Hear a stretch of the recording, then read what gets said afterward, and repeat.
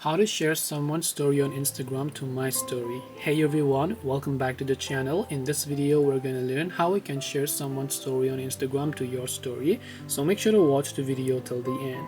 Now there are two types of scenarios over here.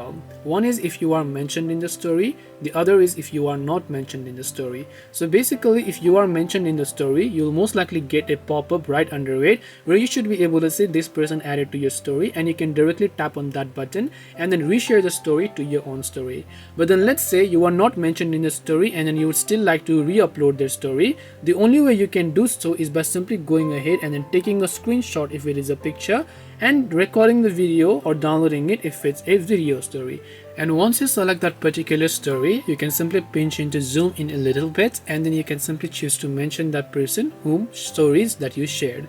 And these were the ways on how you can share someone's Instagram story to your own story. Hope this video was helpful. If you have got any more questions, then feel free to leave them down below. Thank you for watching till the end of this tutorial, and see you soon in our next video.